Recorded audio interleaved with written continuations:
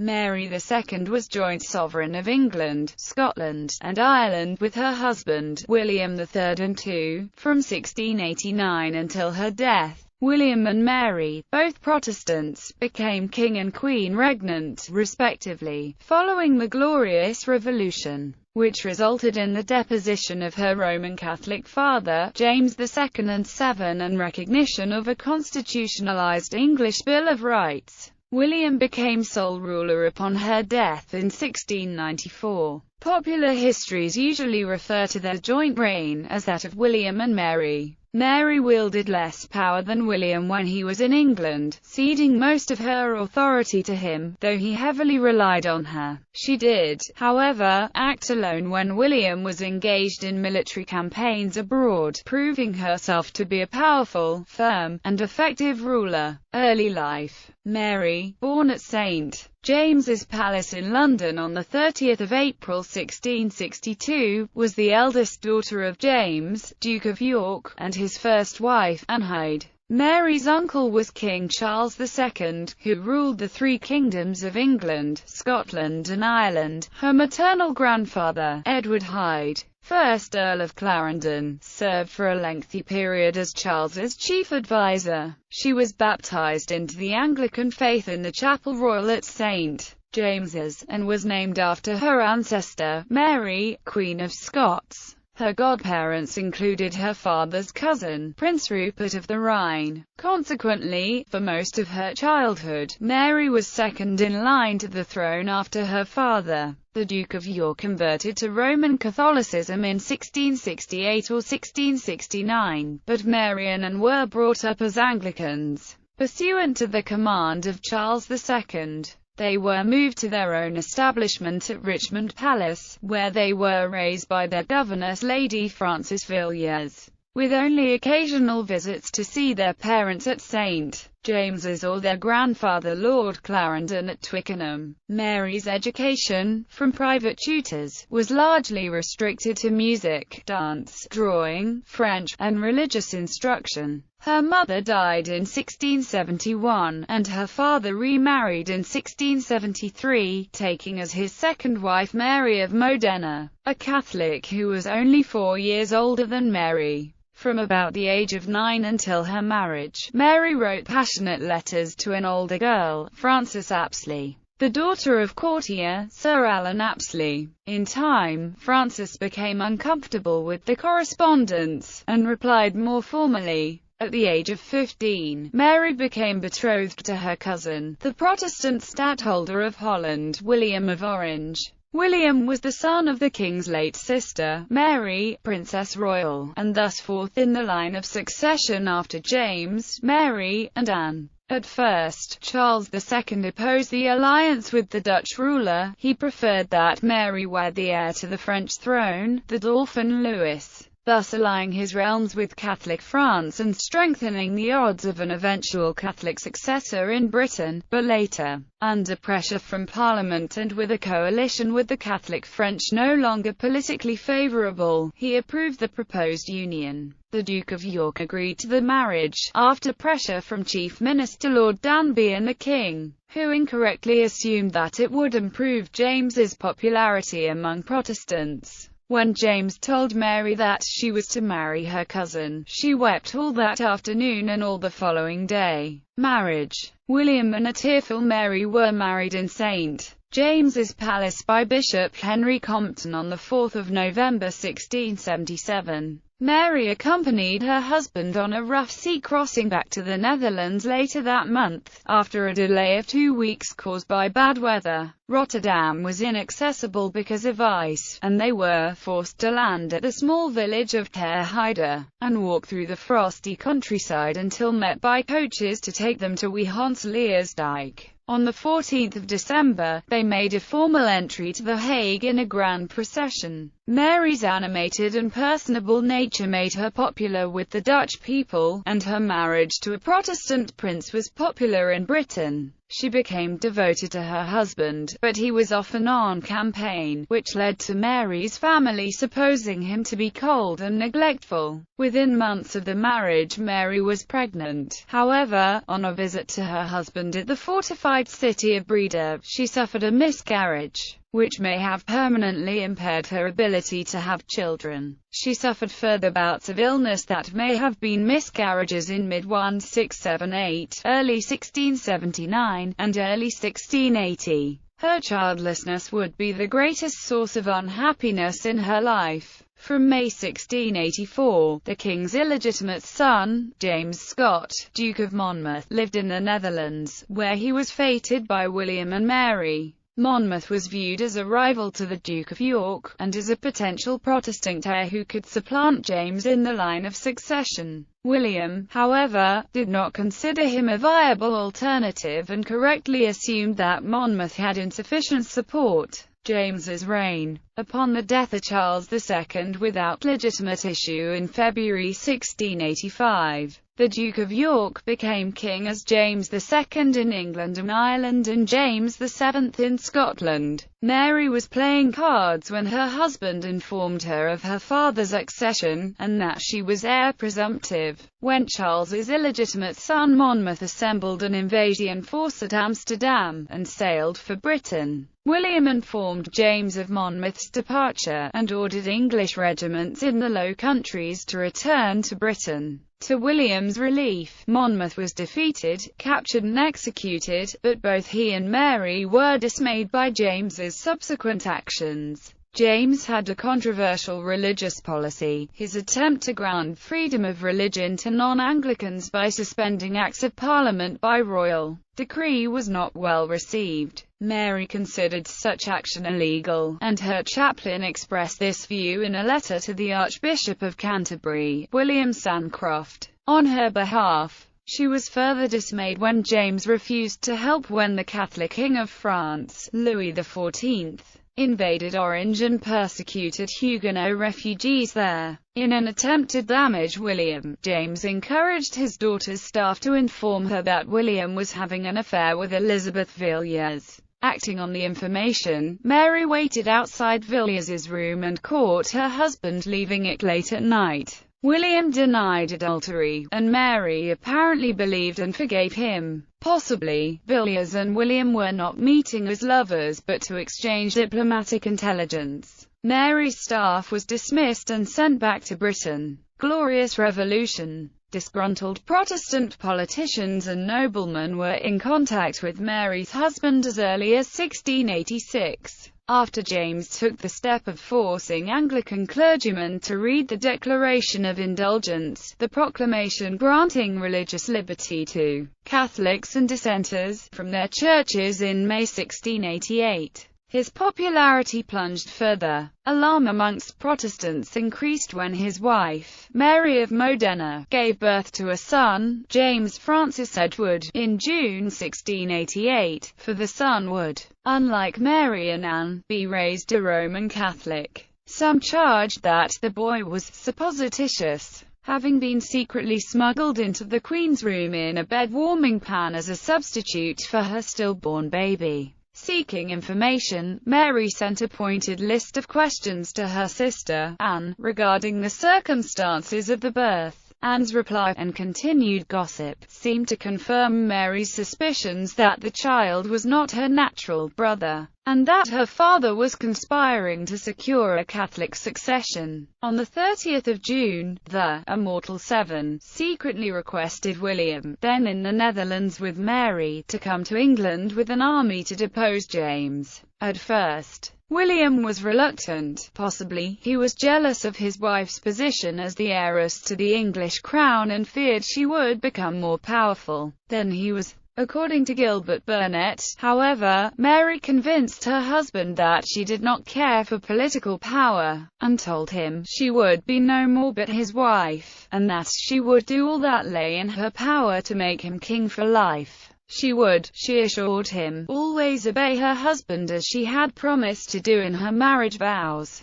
William agreed to invade and issued a declaration which referred to James's newborn son as the pretended Prince of Wales. He also gave a list of grievances of the English people and stated that his proposed expedition was for the sole purpose of having a free and lawful Parliament assembled. William and the Dutch army, without Mary who stayed behind in the Netherlands, finally landed on 5 November 1688. Having been turned back by storms in October, the disaffected English army and navy went over to William, and on the 11th of December the defeated King James attempted to flee, but was intercepted. A second attempt at flight, on the 23rd of December, was successful. William deliberately allowed James to escape to France, where he lived in exile until his death. Mary was upset by the circumstances surrounding the deposition of her father, and was torn between concern for him and duty to her husband, but was convinced that her husband's actions, however unpleasant, were necessary to save the church and state. When Mary travelled to England after the New Year, she wrote of her secret joy at returning to her homeland, but that was soon checked with the consideration of my father's misfortunes. William ordered her to appear cheerful on their triumphant arrival in London. As a result, she was criticised for appearing cold to her father's plight. James, too, wrote a diatribe against her, criticising her disloyalty, an action which deeply affected the pious Mary. In January 1689, a convention Parliament summoned by the Prince of Orange assembled, and much discussion relating to the appropriate course of action ensued. A party led by Lord Danby held that Mary should be sole monarch, as the rightful hereditary heir, while William and his supporters were adamant that a husband could not be subject to his wife. William wished to reign as a king, rather than function as a mere consort of a queen. For her part, Mary did not wish to be queen regnant, believing that women should defer to their husbands, and, knowing my heart is not made for a kingdom and my inclination leads me to a retired quiet life. On 13 February 1689, Parliament passed the Declaration of Right, in which it deemed that James, by attempting to flee on the 11th of December 1688, had abdicated the government of the realm, and that the throne had thereby become vacant. Parliament offered the crown not to James's eldest son, James Francis Edward, but to William and Mary as joint sovereigns. The only precedent for a joint monarchy dated from the 16th century. When Queen Mary I married Philip of Spain, it was agreed that the latter would take the title of king, but only during his wife's lifetime, and restrictions were placed on his power. William, however, would be king even after his wife's death, and the sole and full exercise of the regal power would be executed by the said Prince of Orange in the names of the said prince and princess. During their joint lives, the declaration was later extended to exclude not only James and his heirs from the throne, but all Catholics, since it hath been found by experience that it is inconsistent with the safety and welfare of this Protestant kingdom to be governed by a papist prince. The Bishop of London, Henry Compton, crowned William and Mary together at Westminster Abbey on the 11th of April 1689. Normally, the Archbishop of Canterbury performs coronations, but the incumbent Archbishop, William Sancroft, although an Anglican, refused to recognize the validity of James II's removal. Neither William nor Mary enjoyed the ceremony. She thought it all vanity, and William called it popish. On the same day, the Convention of the Estates of Scotland, which was much more divided than the English Parliament, finally declared that James was no longer King of Scotland, that no papists can be king or queen of this realm, that William and Mary would be joint sovereigns, and that William would exercise sole and full power. On the 11th of May, William and Mary formally accepted the Scottish crown. Even after the declaration, there was still substantial support for James in Scotland. Viscount Dundee raised an army in the Scottish Highlands that won a convincing victory at Killiecrankie on the 27th of July. The huge losses suffered by Dundee's troops, however, coupled with his fatal wounding at the start of the battle, served to remove the only effective resistance to William, and the uprising was quickly crushed, suffering a resounding defeat the next month at the Battle of Dunkeld. Reign. In December 1689, Parliament passed one of the most important constitutional documents in English history, the Bill of Rights. This measure, which restated and confirmed many provisions of the earlier Declaration of Right, established restrictions on the royal prerogative. It declared, amongst other things, that the sovereign could not suspend laws passed by Parliament, levy taxes without parliamentary consent, infringe the right to petition, raise a standing army during peacetime without parliamentary consent, deny the right to bear arms to Protestant subjects, unduly interfere with parliamentary elections, punish members of either House of Parliament for anything said during debates, require excessive bail, or inflict cruel or unusual punishments. The Bill of Rights also confirmed the succession to the throne. Following the death of either William III or Mary II, the other was to continue to reign. Next in the line of succession would be any children of the couple, to be followed by Mary's sister Anne and her children. Last in the line of succession stood any children William III might have had from any subsequent marriage. From 1690 onwards, William was often absent from England on campaign, each year generally from the spring until the autumn. In 1690, he fought Jacobites in Ireland, and whilst her husband was away, Mary administered the government of the realm with the advice of a 9-member cabinet council. She was not keen to assume power and felt deprived of all that was dear to me in the person of my husband, left among those that were perfect strangers to me. My sister of a humour so reserved that I could have little comfort from her, and had quarrelled with William and Mary over money, and the relationship between the two sisters had soured. William had crushed the Irish Jacobites by 1692, but he continued with campaigns abroad in order to wage war against France in the Netherlands. When her husband was away, Mary acted on her own if his advice was not available. Whilst he was in England, Mary completely refrained from interfering in political matters, as had been agreed in the Declaration and Bill of Rights, and as she preferred. She proved a firm ruler, ordering the arrest of her own uncle, Henry Hyde, 2nd Earl of Clarendon, for plotting to restore James II to the throne. In January 1692, the influential John Churchill, 1st Earl of Marlborough, was dismissed on similar charges. The dismissal somewhat diminished her popularity and further harmed her relationship with her sister Anne. Anne appeared at court with Sarah, obviously supporting the disgraced Churchill, which led to Mary angrily demanding that Anne dismiss Sarah and vacate her lodgings. Mary fell ill with a fever in April, and missed Sunday church service for the first time in 12 years.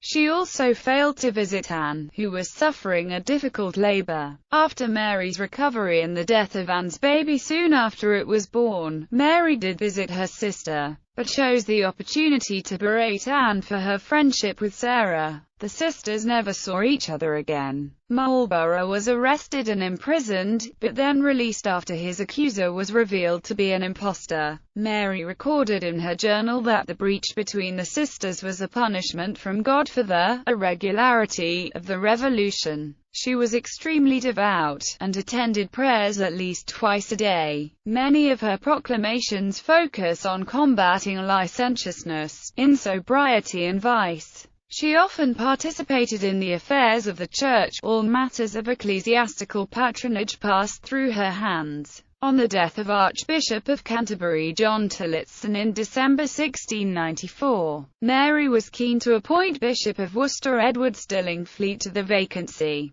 but William overruled her and the post went to Bishop of Lincoln Thomas Tennyson. Mary was tall and apparently fit. She would regularly walk between her palaces at Whitehall and Kensington. In late 1694, however, she contracted smallpox. She sent away anyone who had not previously had the disease, to prevent the spread of infection. Anne, who was once again pregnant, sent Mary a letter saying she would run any risk to see her sister again. But the offer was declined by Mary's groom of the stole, the Countess of Derby. Mary died at Kensington Palace shortly after midnight on the morning of the 28th of December. William, who had grown increasingly to rely on Mary, was devastated by her death, and told Burnet that, from being the happiest, he was now going to be the miserablest creature on earth. While the Jacobites considered her death divine retribution for breaking the fifth commandment, she was widely mourned in Britain. During a cold winter, in which the Thames froze, her embalmed body lay in state in Banqueting House, Whitehall. On the 5th of March, she was buried at Westminster Abbey. Her funeral service was the first of any royal attended by all the members of both Houses of Parliament. For the ceremony, composer Henry Purcell wrote music for the funeral of Queen Mary.